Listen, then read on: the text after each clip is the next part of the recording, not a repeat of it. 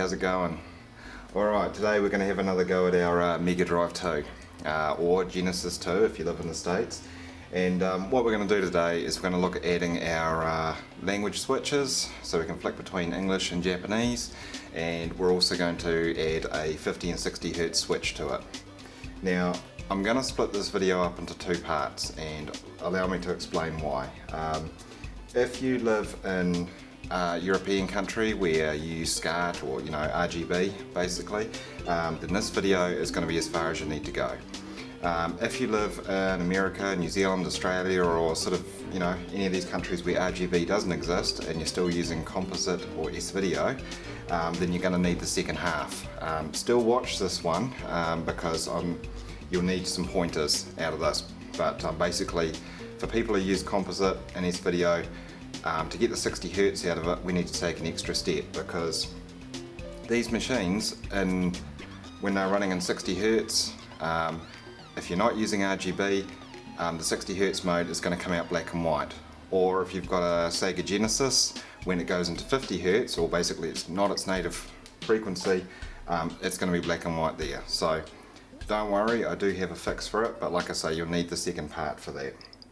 Alright, so getting into it, what we need to do is, you've seen my other videos before, so you should know how to take one of these apart. So get the lid off, we want to get the shielding out of the way, and actually get the motherboard right out, because we're going to need to do a little bit of soldering to the bottom of the board as well. Alright, so I'll get you zoomed in, and yeah, we'll get into it. Okay, so the first thing we need to look at doing is cutting a trace. Now, if you find the Sega 315 chip, can't miss it, 160 pin chip, not too far, well, in between the cartridge slot and the controller ports. Basically, very close to it, you're going to find these two little pads here, and you'll notice that they've got these little wee pins on them. And when you're looking at it, you'll see that there's a trace running just past it, and one of these pads links into it. So, because this is a MegaDrive, there's a trace here, but if you had a Sega Genesis, you'd find it was actually this pad over here that was linked in instead. Now, what we need to do is basically sever the link between them, and I'm hoping that you can see it okay, but yeah, what we'll do is we'll just quickly get this trace cut.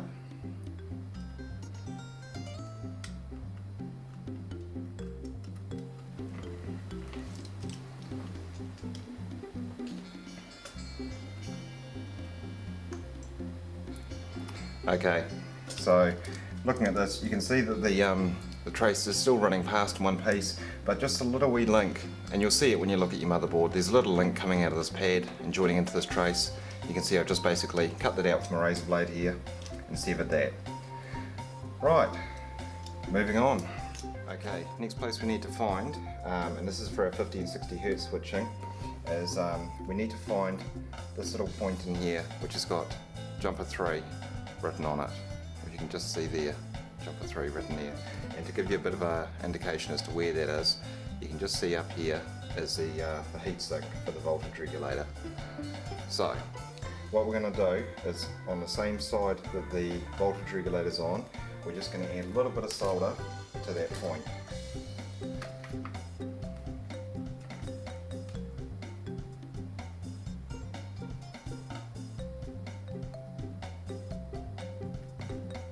Okay, easy as that. So that's our point prepared. Now we need to move on to something just a little bit more scary. Alright, so if we go back to our Sega 315 chip, which is in the middle of the board, look for pin 105. Now, what we've got to do, and this is where I'm going to give you a bit of a choice as to what you're more comfortable with. You either need to lift one of these legs up, or you need to cut through a track and solder to the board. So it's up to you as to which you want to do. The leg we're interested in is number 107. Okay, so pin 107.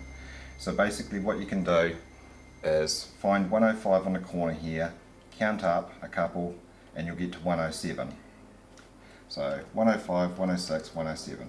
Now what you can do is put a little bit of heat on that and then lift the leg up and solder directly to that leg. And that leg controls our language settings. So this is for our English and Japanese switch. So lift that up if you want, or and you'll see when you go to do this in person that these legs are tiny. Okay, so this is why I'm going to give you a bit of an option. Basically, if we follow pin 107 down, it comes out to the sort of wee solder point here on its own, just down there. And I'm hoping you can see that okay, this one here. Alright, so what we can do is, where this point goes through, is sever that. Right, so we put a cut through, cut that track, and you've got to be very careful doing this because it's close to other tracks. But cut that off and then solder to the trace that's heading back to the pin 107. So I've lifted the leg on the last one of these I did, and it actually wasn't too bad. You don't even, they almost pick up just with a blade on their own, but I'm going to show you this way instead this time. So what I'm going to do is very, very carefully cut this track off so it doesn't go to the solder point anymore. But like I say, because it's very close to some of the other traces, you need to be very careful doing this. Just take your time.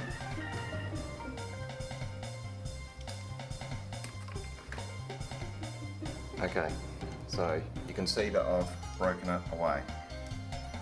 Now, what I'm going to do now is very carefully, using my razor blade, just sand a bit of the solder resist off the top of that trace and add a bit of solder to it, and then, well, then we can start adding some wires. So you can see what I've done there, where I've got it severed and I've just exposed the track. So now I'm just going to add a little bit of solder to that track, and then we're ready to start fitting our wires off.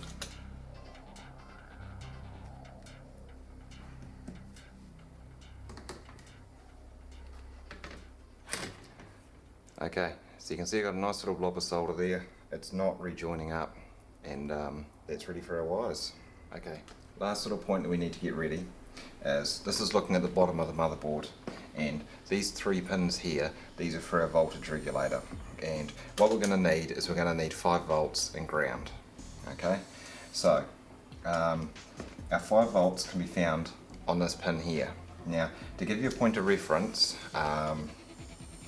basically in this sort of direction is where the controller ports are, and you can see here is the very edge of the board. Okay, so we'll find our 5 volts on this pin here, okay, the very end one, and our center pin, that's where we're going to get our ground from.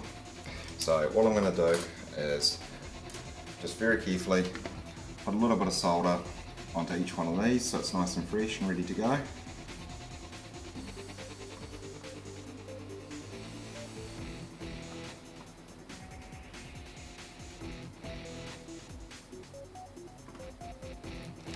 Okay, now it's time to get some wiring prepared, and we can start doing our hookups. Okay, so I've got some red and black wire here, my 5 volts and ground.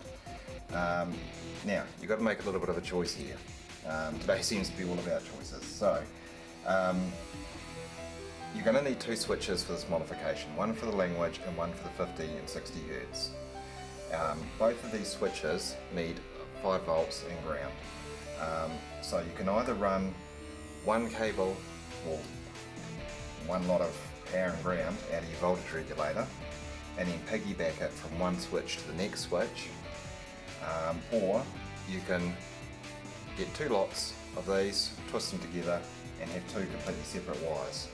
It doesn't really matter which one you're going to do, so just go with whatever's more comfortable for you. I don't want to have too much excess cabling inside this case because the MegaDrive 2s don't exactly have a lot of room. So what I'm going to do is just add the one. So since I've refreshed this solder, I should, there we go, just attach nicely, and just attach our 5 volts to the far side.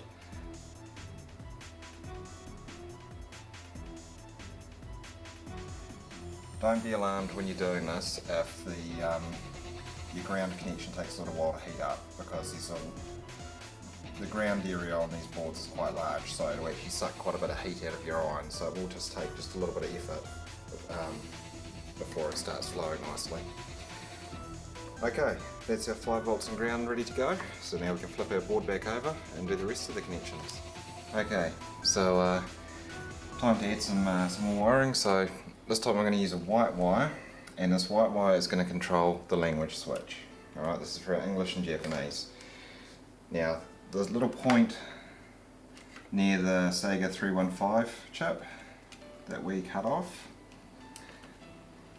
Just down here, we've added that little bit of solder. What I'm going to do now is just come back and attach my white wire. So just a little bit of heat. And that's all we need. Okay, so we're going to use a white wire for that, but you use whatever colour you want, just as long as you remember what goes where. So white wire for there, and now we just need to do the 50 and 60 Hz wire. Okay, and finally we're just overlooking at jumper 3 again, and this is for our 50 and 60 Hz switch. So just where we put that little blob of solder before, we're just going to attach a blue wire. So just put a little bit of heat on.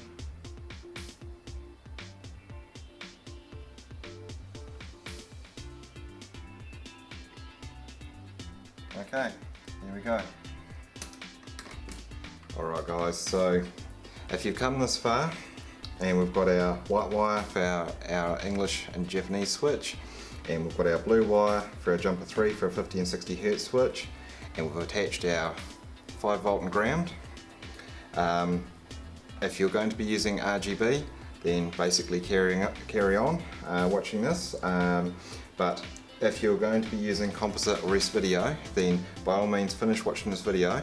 But this is where things are going to get just a little bit different, because from here we need to take some extra steps. Alright, so the next bit that I'm about to do, hooking up our switches, is going to be different for composite and S-video users. Alright, so for the RGB fans out there, let's carry on. Okay, so taking our 5 volts and ground that we've got out of our voltage regulator.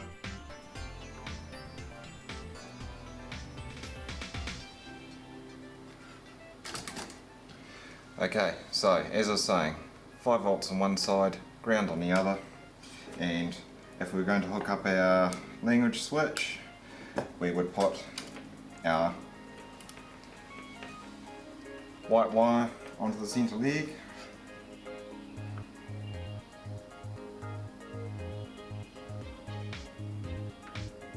just like that.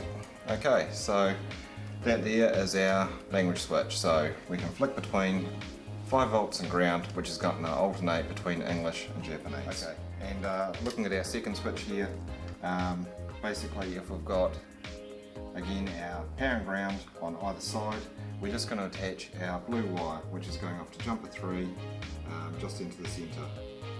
And this is going to alternate between our 50 and 60 Hz.